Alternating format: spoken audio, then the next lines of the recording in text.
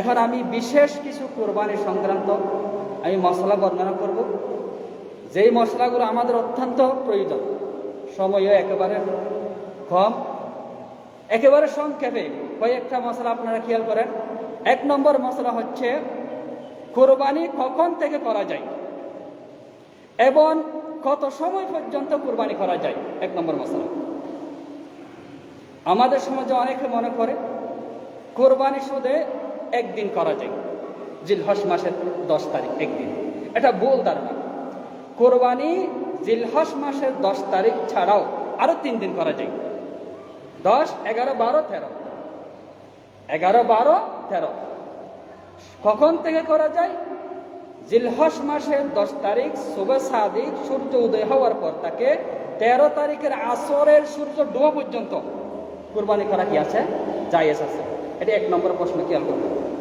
2 নম্বর প্রশ্ন হচ্ছে দাঁত দেখে পশুর বয়স নির্ধারণ করলে সেটা গ্রহণযোগ্য কিনা। দাঁত দেখে পশুর বয়স নির্ধারণ করাটা সঠিক কিনা। আমাদের সমাজে আমাদের মুরব্বীরা যখন গরু কিনতে যায় তখন দাঁত দেখে তারা বয়স নির্ধারণ করে। এটা শরীয়ত সম্মত কিনা? হ্যাঁ, অবশ্যই দাঁত দেখে বয়স নির্ধারণ করা যায়। এটা পরীক্ষিত। একটা দাঁত উঠলে 1 বছর হয়েছে, 2টা দাঁত 2 বছর, এটা পরীক্ষিত। তাহলে 2টা দাঁত এভাবে যে দাঁত দেখে বয়স নির্ধারণ করা কি আছে? জায়েজ আছে। এমনিতে কোরবানি পশুর জন্য বয়স নির্ধারিত 6 প্রকার জন্তু দিয়ে কোরবানি করা জায়েজ আছে। এর বাইরে কোনো পশু দ্বারা কোরবানি জায়েজ হবে না। গরু, মহিষ, ছাগল, বেড়া, দুব্বা, উট, এই 6 প্রকার, 6 প্রকারের জন্তু পশু দিয়ে কোরবানি জায়েজ। এর বাইরে কোনো পশু দ্বারা কোরবানি জায়েজ হবে না। তাহলে গরু এবং মহিষ এদের বয়স নির্ধারিত, পূর্ণ 2 বছর হওয়া লাগবে। 2 বছর যদি একদিনও কম হয়, 1 সেকেন্ডও যদি কম থাকে, ওই পশু দ্বারা কোরবানি করলে কোরবানি হবে না। আপনি বাজারে গেছেন, কম দামে 2 বছরের কমে গরু একটা নিয়ে আসছেন কোরবানি দেওয়ার জন্য, তাহলে আপনার কোরবানি হবে না। ভালো করে যাচাই বাছাই করতে হবে মালিকের কাছে, আপনার গরুর বয়স কত, বয়স নির্ধারণ করবেন। বয়স যদি নির্ধারণ না করেন, এমনি আপনার গরু একটা পছন্দ হয়েছে কম দামে, এটা আপনি নিয়ে এসেছেন, জবাই করে গুস্তা খাইলেন, এটা আপনি খাওয়ার জন্য করছেন। পশু ক্রয়ের ক্ষেত্রে বয়স শর্ত। তাহলে গরু মহিষের ক্ষেত্রে পূর্ণ 2 বছর লাগবে। এরপরে বেড়া, দুব্বা, ছাগল পূর্ণ 1 বছর, 1 বছর হওয়া লাগবে।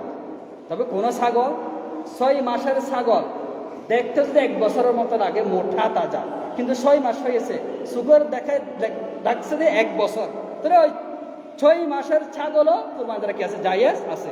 সুগার দেখায় যদি 1 বছরের মতো লাগে। ওট 5 বছর, ওটার ক্ষেত্রে 5 বছর হওয়া লাগবে। 5 বছরের কমে ওট দিয়ে কোরবানি করলে কোরবানি জায়েজ হবে না। 3 নম্বর প্রশ্ন হচ্ছে মৃত ব্যক্তির পক্ষ থেকে কোরবানি করা যায় কিনা। মরা মানুষের পক্ষ থেকে, আপনার মা মারা গেছে, বাবা মারা গেছে, আপনার বাবার পক্ষ থেকে ছেলে কোরবানি করলে জায়েজ হবে কিনা। হ্যাঁ, অবশ্যই মৃত ব্যক্তির পক্ষ থেকে যদি কেউ কোরবানি করে, কোরবানি কি আছে? জায়েজ আছে। হযরত আলী কাররামাল্লাহু ওয়াজহা, ইসলামের 4র্থ প্রেসিডেন্ট খলিফা, তাকে প্রশ্ন করা হয়েছিল আপনি কেন 2 ভাগ কোরবানি করেন? তিনি জবাব দিলেন, আল্লাহ রাসূল আমাকে নসিহত করেছেন যেন আল্লাহ রাসূলের পক্ষ থেকে আমি 1 ভাগ করে কোরবানি করি। সুতরাং মৃত ব্যক্তির পক্ষ থেকে কোরবানি করা কি আছে? জায়েজ আছে। 4 নম্বর কমন প্রশ্ন হচ্ছে কোরবানির দিন হাঁস মুরগি জবাই করা জায়েজ আছে কিনা। এটা কিন্তু আমাদের মা বোনদের অনেক বলতে না। জিলহজ মাসের 7 দিতে হলে বাস, গাছ, মুরগি কিছুই কাটা যাবে না।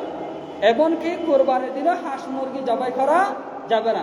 এটা ভুল ধারণা, আগের যুগের মির্জিদের কথা। আমাদের বাংলাদেশে, আমাদের সমাজে অনেক আগের যুগের কিছু কালচার প্রচলিত আছে, যেগুলো আমরা বলতে গেলে সমস্যা হয়ে যায়, যেগুলো আমরা বলতে গেলে বাধা আসে। এগুলো আগে করছে, আগের যুগের আলমরা করছে। আগের যুগের আলমরা করছে, এটা বড় কিছু না। ওইটা কোরআনে আছে, হাদিসে আছে কিনা সেটাই আমাদেরকে আগে দেখতে হবে। সেটা যদি কোরআনে থাকে আমরা করব, হাদিসে থাকলে আমরা করব। আগের যুগে কে করছে কে করে না সেটা দেখার বিষয় নয়। কোরআন আছে কিনা। আগের যুগের আলেমরা কিতাব কয়টা পড়ছে, হাদিস কয়টা পড়ছে? তাদের তো কোরআনের উপর তেমন রিসার্চ ছিল না, হাদিসের উপর তেমন গবেষণাও ছিল না। এই জন্য তারা ভুল ভ্রান্তি বেশি করেছে। যে ভুল ভ্রান্তিগুলো এখনো সমাজে আছে, যেগুলোর কথা আমরা বলতে গেলে বাধাগ্রস্ত হয়। এই জন্য এক্ষেত্রে আপনাদেরকে খেয়াল রাখতে হবে, হুজুর যেটা বলবে সেটা করবো, যেটা করবে না সেটা আমরা করবো না, এর উপর ভিত্তি করে আপনাদেরকে চলতে হবে। আচ্ছা, তাহলে 4 নম্বর প্রশ্ন হচ্ছে, কোরবানির দিন হাঁস মুরগি জবাই করাটা কি আছে, জায়েজ আছে, কোনো অসুবিধা নেই। 5 নম্বর প্রশ্ন হচ্ছে, নিজের পক্ষ থেকে কোরবানি না করে, না দিয়ে মা বাবার পক্ষ থেকে কোরবানি দেওয়া জায়েজ আছে কিনা। এরকম অনেক আছে, নিজের টাকা উপার্জন করে, নিজে ব্যবসায়ী, মা বাবাকে সম্মান দেখাতে গিয়ে নিজের পক্ষ থেকে কোরবানি না করে মা বাবার পক্ষ হয়ে কি করে, কোরবানি করে। এটা কিন্তু ঠিক না। কোরবানি যার উপর ওয়াজিব হবে সেইও কোরবানি করবে, যার উপর কোরবানি ওয়াজিব হবে সেইও কোরবানি করে। আপনি ব্যবসায়ী ভাই, আপনি ব্যবসা বাণিজ্য করেন, টাকা আপনার উপর ওয়াজিব হয়ে আপনি করবেন।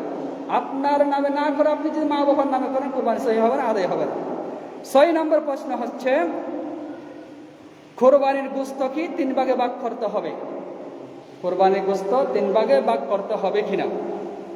আসল কথা হচ্ছে, কোরবানির গোশত 3 ভাগে ভাগ করা হবে না। তবে 3 ভাগে ভাগ করাটা হচ্ছে উত্তম, আফজল। 3 ভাগ করা ওয়াজিব নয়, ফরজ নয়, নফল নয়, কিছু নয়। তবে কোরবানির গোশত 3 ভাগ করা উত্তম।